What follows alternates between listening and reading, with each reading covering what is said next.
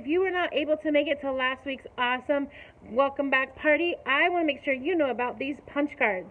So what you're going to do is you're going to grab one, you are going to ask your leader what it's worth to you and them, and then you're going to do 10 punches, and you'll get whatever you agreed on. Some people got cash, some people got candy, some people got one football glove, and they're working on the next card to get the second one. So you're just going to do discipleship stuff, some of our challenges, something that either blesses the world, makes you more like Jesus, helps somebody out, or just helps you to get closer to God. So anything that you agree on with your small group leader counts. You'll fill this up and get stuff for it. Also, whether you are joining us online or in person, tonight we have these emoji chats to kind of get us all together. So you're going to have these, and if you are online, just do these emojis, and that'll tell us how you think the sermon's going. And if you are in person, you're going to have cards, and you can just wave them around for if you think that something you want to talk to God about, or I'm preaching fire, or you're like, hey, awesome, that's good, keep clapping, or that was hilarious, I'm going to laugh, or oh, preacher, you're kind of stepping on my toes there, or facts, 100, or yes, Jesus, or hey, preach that louder, you know I can do that, or lastly, hey, let's do this thing. So we're going to emoji chat tonight, whether you are in person at the service in the building or you're watching online. So let's keep being the diff, and I'll see you on Sunday. Your teenager living beyond normal this week is Jessie Zichterman. Woo woo! She has been killing it on her YouVersions and just being on her Bible app, highlighting a whole bunch of stuff, and that in a pandemic is definitely living beyond normal. Jessie, you could have used any type of social media, you could have used your time at any point in time for anything else in the world, and you decided to be on the Bible app, and I think that's incredible. And I love seeing all your highlights and your notes and your bookmarks and all that kind of stuff. So keep up the fantastic work. Reading your Bible is so important, and we couldn't be prouder of you. Good job, Jessie, and thanks for living beyond normal. Hey guys, welcome back to our building. I'm so excited to be back in here with you tonight. So grab your popcorn, and we are going to have a watch party and be the diff together. So tonight I have one question for you. 2 words, now what? Right? A lot has happened, and we're left with a question, now what? So the quarantine's over, but the pandemic isn't, and you've already had your school year and your sports seasons canceled, but you're kind of wondering, what about next year? And you might have even had a quarantine birthday, and you're wondering, is it still going to be like this at my next birthday? We are left with the question, now what? There's viruses and killer bees and pandemics, and the world shutting down and then opening up again and then possibly shutting down again. And we're just looking around going, now what? We know that Jesus championed the demarginalized and the suffering and the hurting and the outcasts.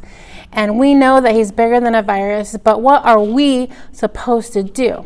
We're really left with this question, now what? But I'm going to challenge you tonight not to just make it a question, now what, question mark, but now, exclamation mark, what? Like now is the time. And I'm going to challenge you a little bit. Like, what if instead of life being worse now, it's different now? And what if there was something that instead of it just being about what we've lost, it could be about what it could mean? And that we could use this quarantine to lead to something awesome, even though it's been rough. And people are calling these times unprecedented, but what if that meant that it was going to give us something and not just take something from us? What if it meant it led to something unprecedented in the good way? And my prayer all along for you during this quarantine has been that you would really discover God's voice and your place in his kingdom. Because what better time is it, right, than when you're quarantined and you have no one else to talk to but yourself and God. And sometimes it's really hard to be alone with yourself and with God. And this quarantine was going to bring some of that stuff out in you and have you question stuff and wonder stuff and dig deeper with God. So I've been praying that you would recognize his voice more because of this quarantine, that you would hear from him more about who you are and who he is. And so now we are looking at the question, now what? maybe we're set up for such a time as this. So I saw this quote, and I want to read it to you because I think it's kind of everything that tonight is about. So here we go. It's a meme if you want to look it up later. What if 2020 isn't canceled? What if 2020 is the year that we've been waiting for? A year so uncomfortable, so painful, so scary, so raw that it actually forces us to grow. A year that screams so loud it finally wakes us up. A year we finally accept the need for change, declare change, work for change, become the change. That's where that exclamation mark comes in. Now, exclamation mark. But what? A year we finally band together instead of pushing each other far apart. 2020 isn't canceled, but what if it's the most important year of them all? And I've kind of struggled with that, right? Because I have a kid heading into their senior year, and he's been working on sports scholarships his whole life, coming down to the next few months. That might be taken from him. I'm thinking, God, why now? Why him? Why this? But what if that was turned around? Just like that quote said. What if I took the question mark to an exclamation mark and go, not why this year, but this year. You are chosen. You get to rise up. You get to be a part of something that the world will talk about forever. No matter what's taken from you, it's going to lead us to something that's given to you and to the world. So what if instead of robbing us of a bunch of stuff, this pandemic actually gave something to you, and then you were able to give something to the world through it? So let's talk about now what. Here's a quote from Jeannie Mayo. It'll probably come up on your screen, but it says this: the generation that the world will not change is the generation that will change the world. And I believe that about you. I believe that about this pandemic. I believe that about now what. Maybe there really is such a time as this where you are not being picked on by having this happen to you, but you are chosen by having this happen to you. And it is actually very similar to one of the stories in the Bible. When I say such a time as this, that's actually from a Bible verse. And the story is the story of Esther. And she was the second wife of a king. And she was chosen by God for a certain period of time. And even though the world at that time said, girls don't matter, women are just for wives and looks and servants, God was saying, nope, you know what? I use them in my kingdom the same. And so what happened was she was picked out of all the women to be the king's wife. And like I said, that's super chauvinistic and dumb, but God said, you know what? I'm not like that. I'm going to use you anyway. And her uncle was part of the king's staff, and nobody knew that she was Jewish because that race was very looked down on. People did not want to be about God's chosen people, and so they were very picked on and discriminated against. And another staff member of the king just absolutely hated the Jews. He thought they were out for his authority, and so he tricked the king into saying, we're going to kill all the Jews. And so at that point, Esther had a decision to make. She could either keep denying who she was and have all of her people killed, or she could go to the king, which at that time meant probably certain death, because you don't just walk up to the king and tell them something in that time and say, you know what, I'm Jewish, so if you're going to kill them all, you're killing me. And she was super scared, as anyone would be. And she was kind of like, I feel like I'm either going to die being a coward or die standing up for my people. And her uncle was trying to encourage her and saying, you know what, maybe you were chosen for such a time as this. And he said, you know what, if you don't choose to speak up, God's going to do what he wants to without you. He will save the people he wants to without you. But you have this opportunity, this unprecedented opportunity to stand up in your calling, in your anointing, in your identity, and make a difference. And she did. And her uncle said, you have been chosen for such a time as this. And I believe the same thing about you guys. You are living in unprecedented times. This has never happened, which is why we're dealing with the question, now what? That's why that question is so important, because we've been through part of this. It's not over, but we've been through a big part of it, and we don't know what the world will look like on the other end. But what we do know is that the question, now what, is very important. We are in strange times, in hard times, in scary times, in trying times, in testing times. In fact, I saw this TikTok that talked about how the year 2020 is crazy, and 20 plus 20 equals 40. And in the Bible, 40 meant a long period of testing, where God was creating something in some people to do something major. That it was a testing time, a preparation time, a really hard time, where they had to go through some stuff to get them ready for something greater. And I just think, wow, yeah, that's what I'm talking about tonight. Because we're all being tested, we're all asking ourselves, now what?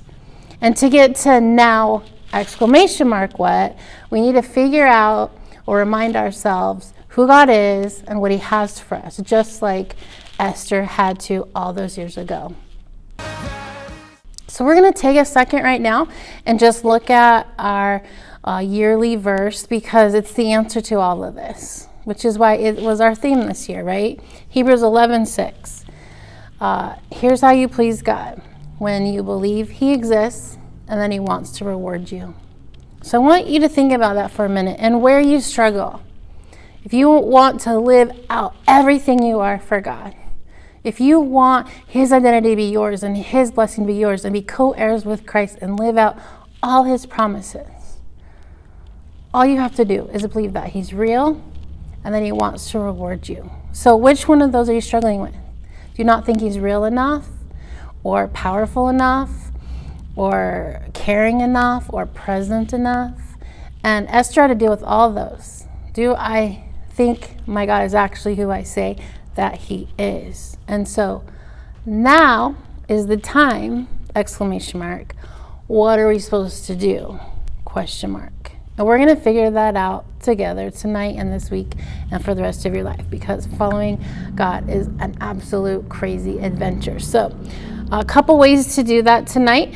First up, there is a YouVersion that talks about the story of Esther, so you can check that out and go a little deeper into what she was experiencing and thinking, because I think that it's very similar to what you're experiencing and thinking right now, and the preparation mode that she was in.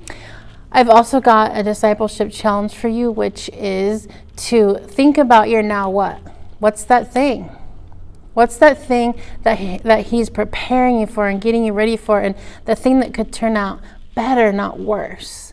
Where you might hear his whisper or his preparation, or he might point out a certain people group to you, or a certain thing about who you are and how you're called, that he is getting ready for something. Just start writing that down. Just start sharing that with someone who can pray that into your life and keep you accountable and help you. So that's the second way. The next two ways we're going to do right here, right now. So we are going to go into a time of worship and response. So just like normal, some videos will play of worship songs. You can just have your moment anywhere in your bedroom or family room or in the church building if you're here, and just figure out now what. And then we're going to go to small groups, and we are going to process that and share some stuff and figure out when someone is saying to us, maybe you're chosen for such a time as this, what that means. And if you are watching this from home, you can go ahead and hop on, text, or FaceTime with your leader, and you can be a part of our small groups live. So I'm going to pray for you, and then go ahead and we're going to move into a time of worship together. God, I thank you first that you do champion the people that are on the fringe of society, that you say that they are worth it, that you say that we need to fight for them. I thank you that began with you, that you went first and you help people that could not help themselves. And God, I just thank you that you champion women. I thank you that even when societies have said they don't matter, that you have said that they do, and you've chosen them for great things. And I thank you that you are preparing students for such a time as this. God, that they will hear from you, they will recognize your voice, they will prophesy, they will create songs and ministries and nonprofit organizations, and they will cross streets and oceans to tell people about who you are and what you've done, God. And we just pray for this time that whatever you need us to hear, that we will hear it, and that we will begin to find the good in the testing and know that you are leading us through it and out of it. And we just love you so much, and cannot wait to worship you with these songs and the lyrics, God. We give you the rest of tonight and thank you for who you are, and that you are a God that is present enough and caring enough and powerful enough. God, we love you so much.